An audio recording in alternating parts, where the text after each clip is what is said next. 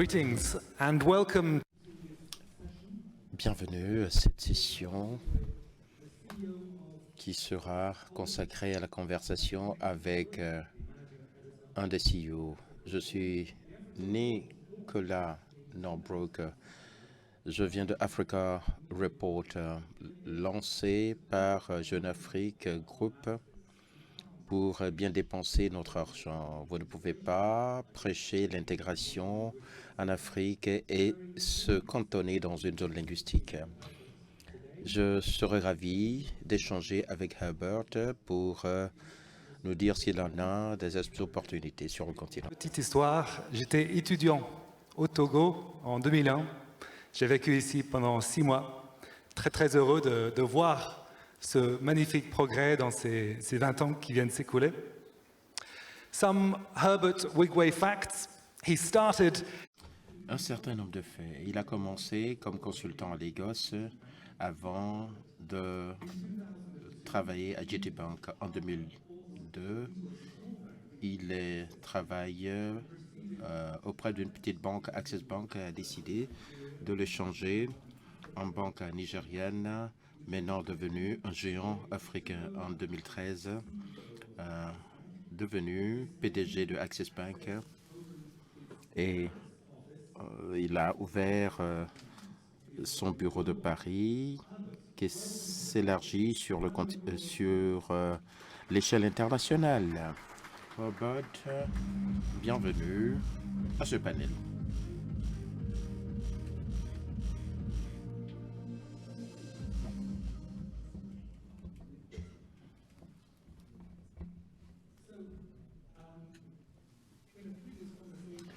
Dans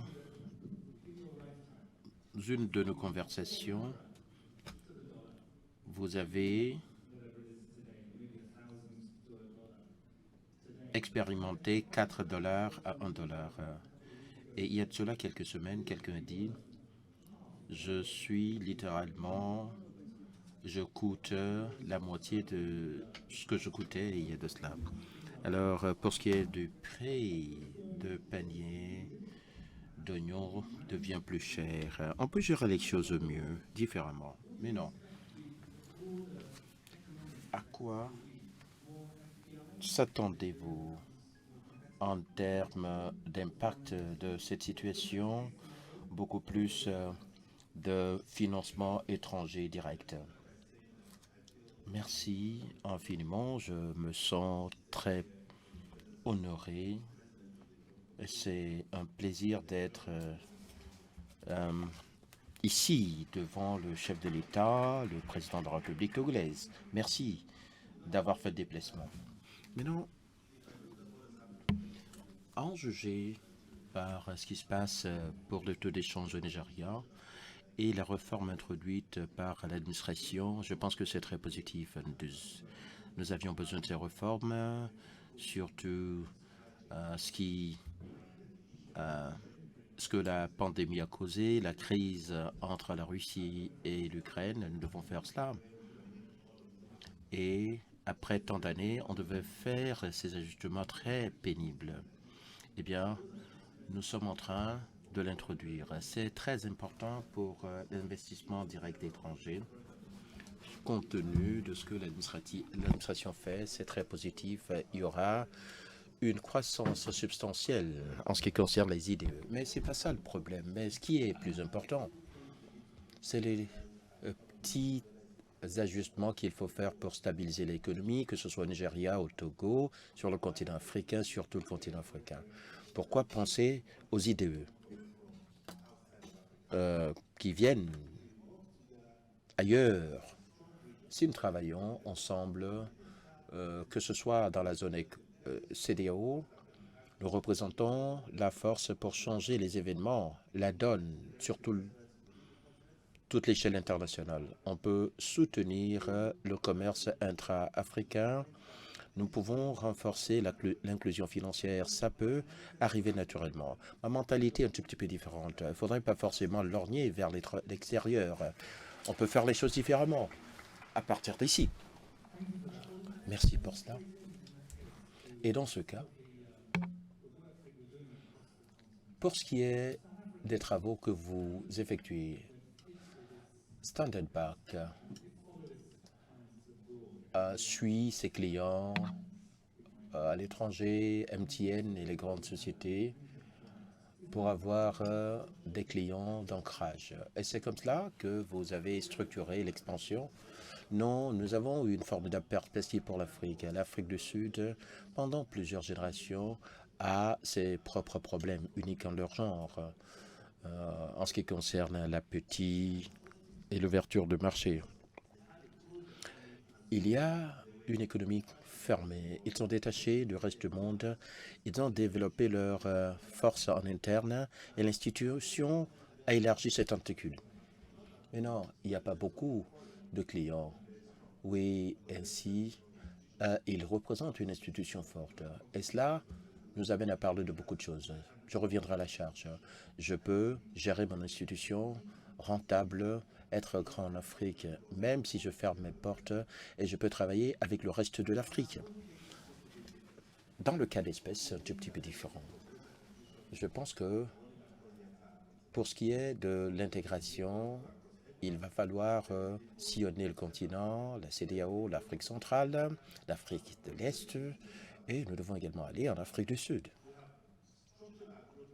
Nous avons structuré la croissance sur tout le continent parce que tout le continent africain a un seul bloc.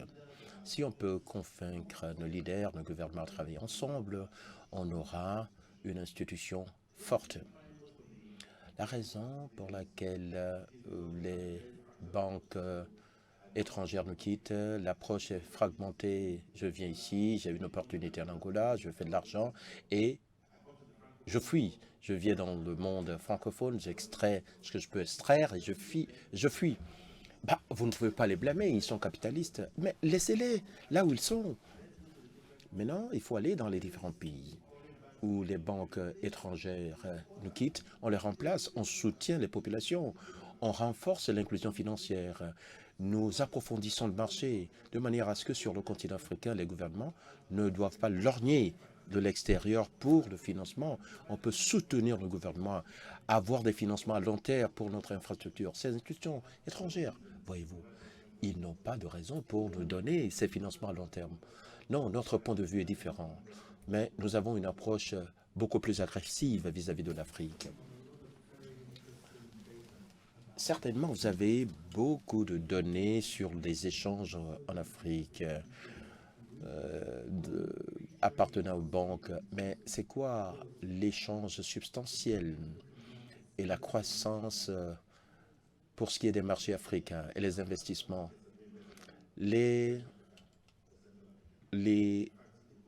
La zone comme ça fait mieux.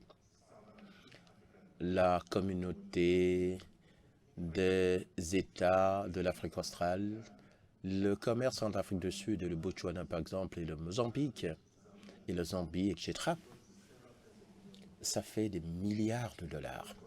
Bien entendu, le Nairobi vient avec. Mais ce que nous voyons en Afrique de l'Ouest, c'est très limité comme échange. Mais comment régler tout ce problème? Nous allons commencer à soutenir les institutions en Afrique de l'Ouest pour les renforcer davantage et donc soutenir l'échange. Oui, en Afrique australe, elles sont plus fortes. Oui, nous représentons une force. Il va falloir éliminer les barrières qui empêchent les échanges en Afrique de l'Ouest. C'est ce que je peux dire. Oui, vous parlez de l'Afrique francophone. Vous ne devez pas être... vous êtes poli parce que nous sommes au Togo? Non, j'adore le Togo, je viens souvent. Je pense qu'on peut faire davantage en Afrique francophone. Nous allons perdre le temps au Nigeria si nous oublions que nous sommes dans une zone de 15 pays. Même s'il y a de petites économies, ensemble, nous devons aller de l'avant. Non, ce n'est pas 1 plus 1. Ça peut être 5. On peut compter sur nos différentes compétences, nos équipes, nos économies d'échelle et créer des choses plus fortes. Je suis déterminé de venir en Afrique francophone, CEMAC entre autres, Et j'ose croire que les leaders vont nous soutenir dans tout ce que nous faisons pour créer de fortes institutions et nous allons les soutenir dans la sous-région. Les États-Unis est un objectif intéressant.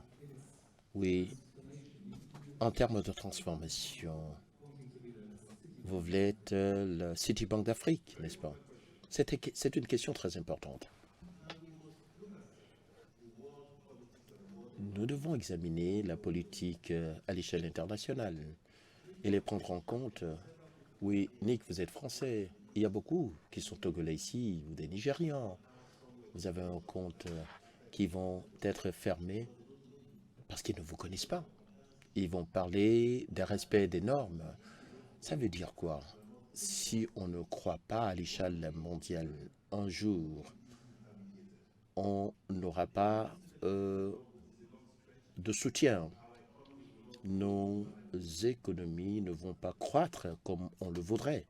D'un, de deux.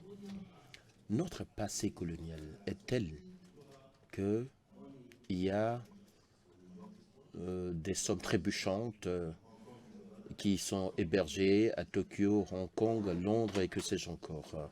Alors, si vous n'êtes pas présent dans ces places financières, voilà ce qui va se passer.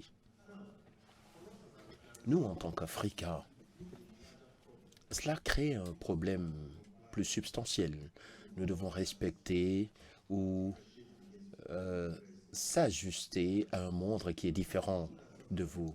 Mais on va se dire quoi? Nous allons mettre la pression jusqu'à aller au niveau mondial. On sera à Londres, aux États-Unis, à Hong Kong, sur tous ces marchés, n'est-ce pas? Pour que nos peuples ne soient pas déconnectés. Et nous devons investir de manière responsable. Et en Afrique, on peut faire des choses de manière à être dans le contexte mondial. Nous allons veiller à avoir accès au financement à long terme pour soutenir les pays, les institutions. Et lorsqu'il y a discrimination de la part des institutions étrangères, nous pouvons nous soutenir nous-mêmes. On ne peut pas blâmer les Européens, les Américains, parce qu'ils ne veulent pas venir. Donc c'est leur décision. On se blâme nous-mêmes si nous n'arrivons pas à soutenir nos populations. Voilà ma réponse.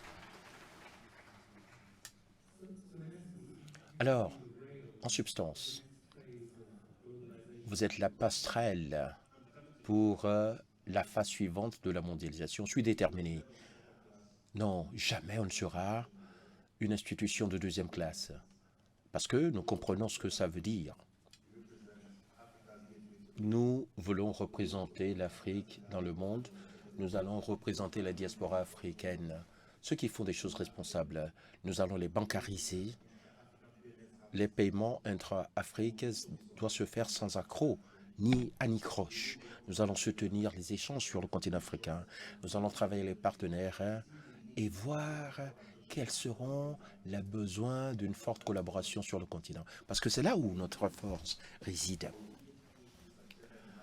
Oui, si nous ne le faisons pas comme cela, il n'y aura jamais de croissance. Et donc, nous allons tomber à la renverse. Et si nous voulons marquer ces différences sur le continent, il va falloir créer cette passerelle sur le continent africain. Et nous devons nous lever et représenter les intérêts du continent. Et vous avez parlé de Londres et de New York. Qu'en est-il de Lagos? C'est très emblématique ou résistant par rapport aux Britanniques, les régimes militaires dans les années 70-90 et Abuja en début des années 2000. Maintenant, Lagos qui gère Nigeria. Bola Tinubu, le poids lourd, est au pouvoir. Alors, est-ce que vous êtes optimiste par rapport à Lagos? Est-ce que Lagos peut faire quelque chose pour le Nigeria?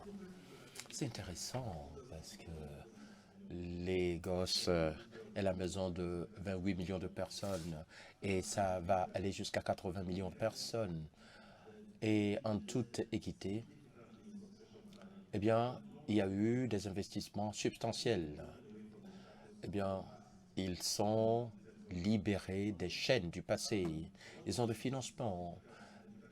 Il y aura des infrastructures substantielles qui seront mises en place à Lagos. J'étais au Caire il y a de cela 3 jours. Avant cela, et 10 ans avant, il y a eu un changement énorme, juste à partir des infrastructures. C'est très intéressant.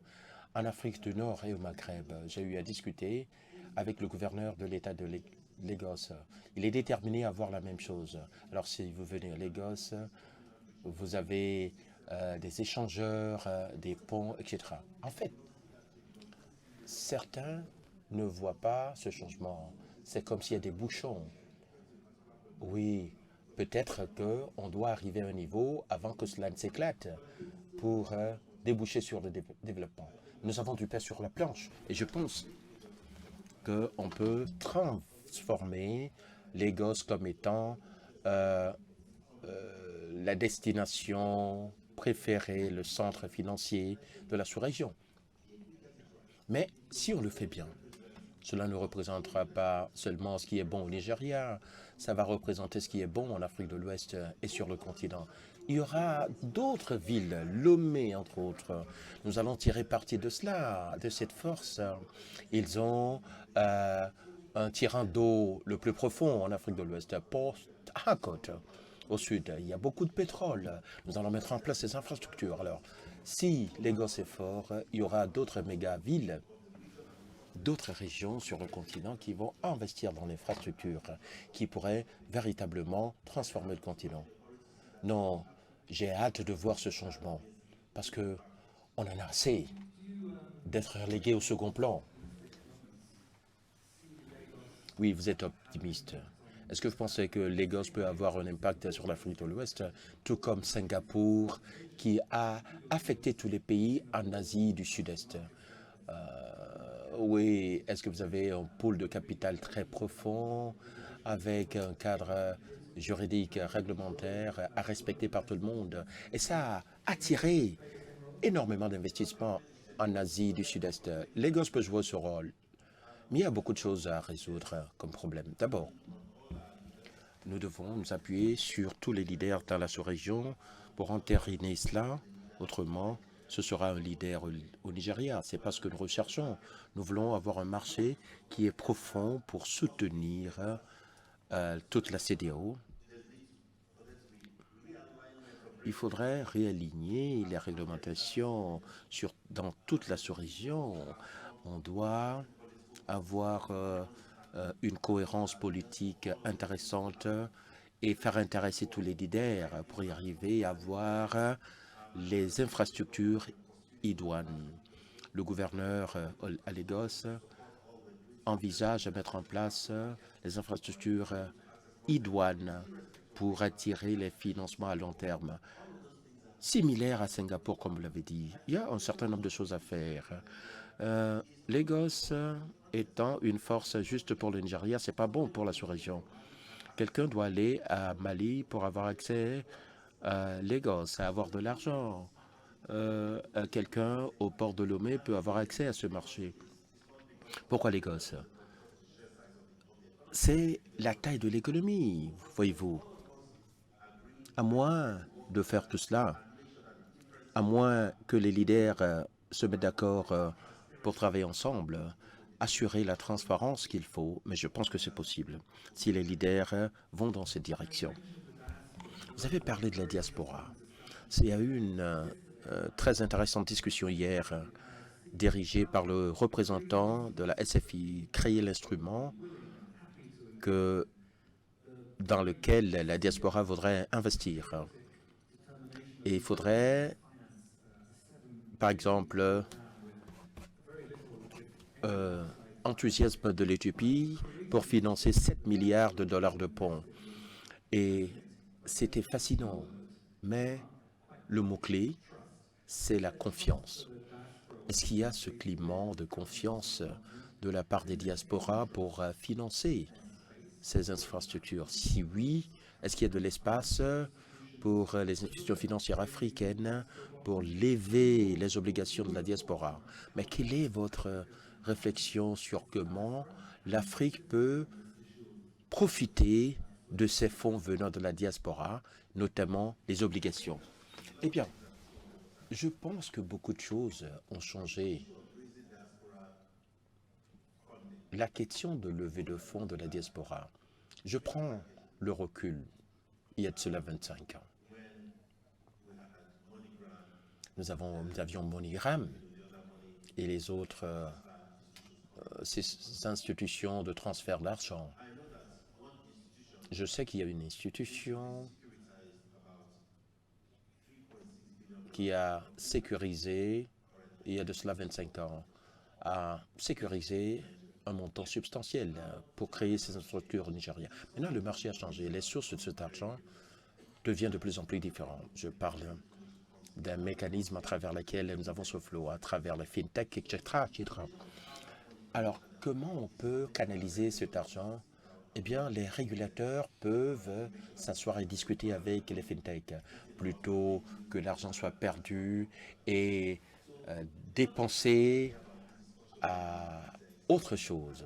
Il y a beaucoup de fintech, banques et des régulateurs qui réfléchissent différemment dans la région, que ce soit au Nigeria, dans la région CEDEAO, comment tirer parti de ces avantages.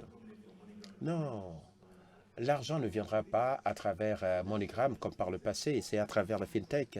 Il va falloir créer les canaux appropriés pour avoir les bases de données sur comment l'argent vient dans la région, créer les instruments appropriés pour soutenir les infrastructures à long terme. Ça peut arriver, mais la plupart des régulateurs ont créé un blocage pour l'avènement des fintech. Il ne faudrait pas les réguler de manière exagérée.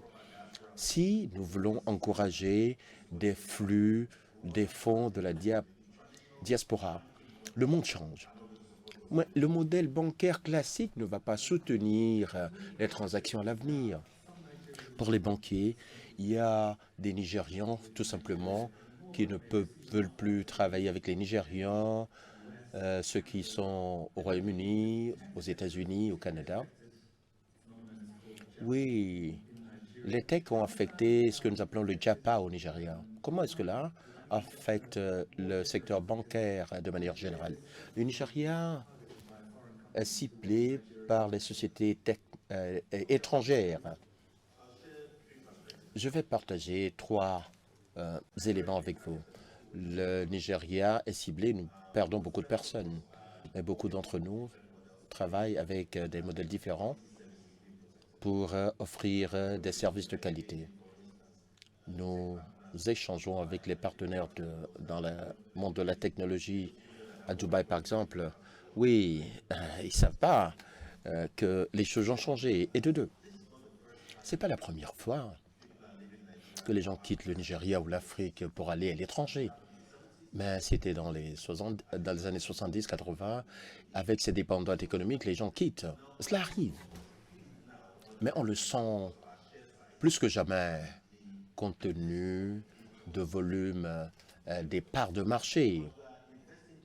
Mais nous investissons énormément dans nos populations pour avoir des personnes qualifiées. Même si les gens partent, ils sont remplacés presque sans accroc. Presque sans accroc. Ce que nous cessons de partager avec tout le monde, cela me ramène à l'histoire, notre passé colonial. Oui, vous en avez assez du Nigeria ou du Togo, parce que vous venez avec un passeport différent. Mais vous n'êtes pas anglais, voyez-vous. Vous dites que vous êtes français, vous n'êtes pas français. Ah, un jour, vous allez vous plaindre. Eh bien, il y a discrimination. Revenez résoudre votre problème ici, sur place. Et je le dis, à qui veut bien l'entendre au Nigeria? Les gens qui quittent, mais il y a un plafond de glace. À votre âge, vous donnez de votre mieux, vous commencez à vous plaindre de cette société. C'est votre choix. Il faut discuter avec la jeunesse. Ce n'est pas là la solution. La seule solution dont nous disposons, c'est de rester sur place et changer notre pays, notre continent. Autrement, vous allez dire, eh bien, la vie des Noirs est importante, mais restez chez vous. Développez votre pays, votre continent. La réalité est pénible. Non, ce n'est pas du stéréotype. Si vous êtes à la maison, vous êtes au Togo, mais qui va vous perturber au Togo? Personne. Si Togo est fort, le Niger est fort, mais qui va vous perturber? Personne. Pourquoi se vous plaignez? Ils vous traitent de quelque manière que ce soit aux États-Unis. C'est votre problème. Oui, vous vous souciez de la jeunesse. Alors, quelle est la mentalité derrière cela? Pourquoi est-ce que j'en suis arrivé à cela? Ce syndrome de Djabba. Chaque pays ou continent a modélisé son éducation par rapport à vos priorités. Oui, j'étais à l'université aux États-Unis, Stanford, mais ils offrent de belles qualités d'éducation pour les Américains. En France, vous avez de belles écoles pour offrir de l'éducation excellente et de qualité pour les Français. Aux États-Unis, Royaume-Uni, Oxford, Cambridge, éducation excellente pour les Britanniques. Pareil en Asie. Pourquoi est-ce que on ne peut pas offrir de l'éducation excellente de qualité pour les Africains cette fois-ci? Alors, on se plaint par rapport au leadership, le patriotisme. Mais vous allez apprendre avoir des éducations sur le patriotisme africain ou en Asie, en Europe, ça doit être appris ici.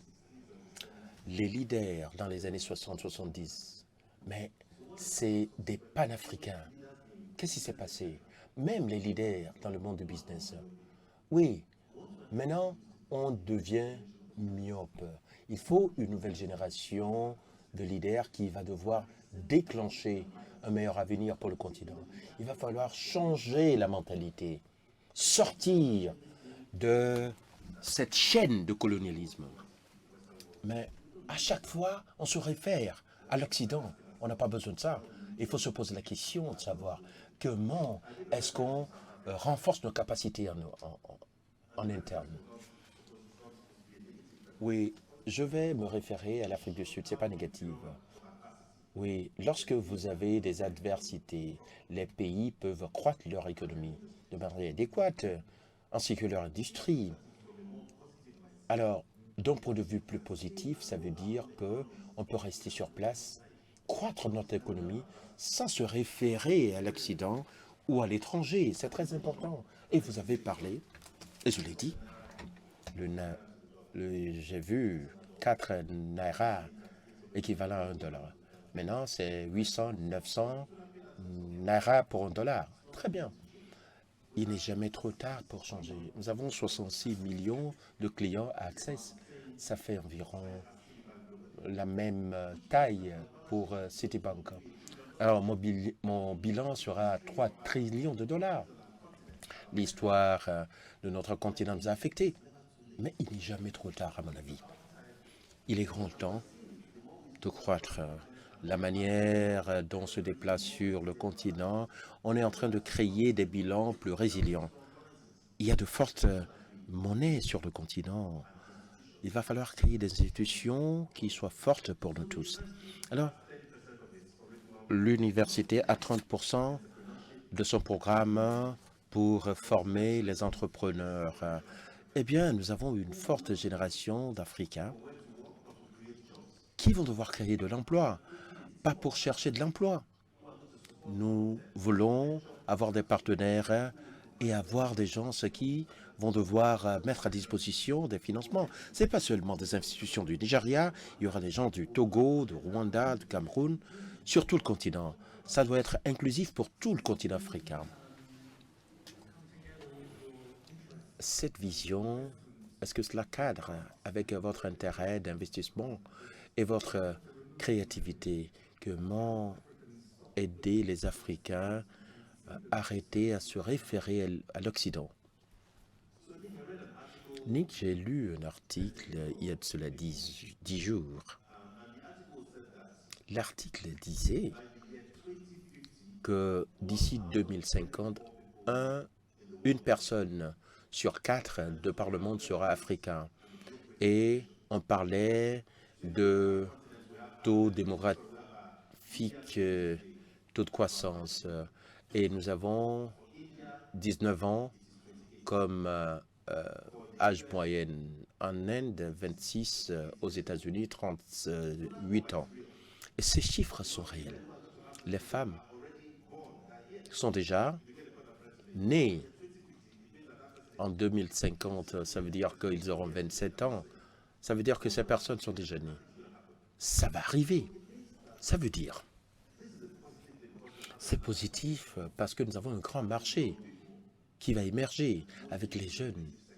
Ils sont, pour la plupart, dans le secteur de créativité, que vous soyez à Paris, à Hong Kong. Le Afrobeat, c'est la vogue. Ils sont là, ils sont dans le stylisme. C'est là où les jeunes opèrent. Lorsque nous étions plus jeunes, si vous disiez à votre parent, vous allez à l'université, ils vont dire, étudier la médecine, ingénierie, vous êtes dans le secteur de créativité, ils ne vont pas payer la scolarité. Mais si vous écrivez avec la main gauche, on va vous gifler et vous allez changer votre main. Et on ne savait pas que c'est là où se trouvaient les génies, les vrais génies. Nous devons commencer à responsabiliser les jeunes dans le secteur. Mais je ne peux pas assembler les véhicules mieux que les Allemands aujourd'hui.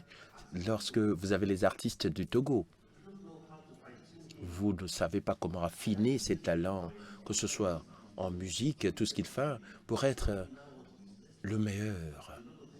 Il va falloir prendre ces jeunes, les soutenir, affiner leur créativité et leur montrer comment commercialiser tout cela. Eh bien, notre Benz Mercedes, on peut l'assembler. C'est ce que nous allons faire. Et c'est ce que nous faisons d'ailleurs. Fantastique, dit l'orateur. Dernière question alors. Sur une note plus personnelle, vous êtes au summum de votre pressionnaire, vous êtes un milliardaire, vous avez fait monter votre banque au summum. Oui, quel est votre âge? Question indiscrète. Quelle est votre réflexion? Qu'est-ce qui vous a motivé? Alors, quel est votre plan pour la décennie suivante? Non, je ne suis pas milliardaire. Je crois que je suis très passionné du fait que je sois africain. Je crois que j'ai été béni, privilégié pour avoir travaillé avec des personnes qui m'ont donné les meilleures opportunités. Ils ont perçu l'avenir en investissant en nous. Mais ils ne faisaient pas ce qu'ils voulaient faire. En fait, j'avais eu ce privilège unique en son genre d'être victime de discrimination. Mais je me suis dit, je dois laisser un impact sur le continent. Les gens doivent se rappeler de moi pour l'impact que j'ai créé. Je me le suis dit. J'ai consacré du temps énormément avec les jeunes, pas forcément les Nigérians. Je suis déterminé. Oui. Ben, je voudrais, comme rêve, créer une banque au Zimbabwe, au Cameroun, et je suis allé voir. Mais ils ont réussi tous. C'est ces petites choses que nous faisons. Jamais, c'est pas de l'argent qui vous donne cette hauteur. Non. Lorsque j'ai décidé de créer une université, j'ai lu un bouquin et ses plus grandes réalisations, en fait, c'était l'université de Virginie. Vous voulez qu'on me rappelle pourquoi? Uniquement pour avoir créé une université. Alors j'ai pensé à cela profondément. La plus grande chose à donner à nos populations, c'est une éducation digne de ce nom, une idéologie digne de ce nom. Si on doit nous rappeler pour cela, nous, en tant qu'Africains, peut-être pas de notre vivant, eh bien, le continent africain sera au cœur même du monde entier et ce serait formidable. Herbert Wigway, merci infiniment.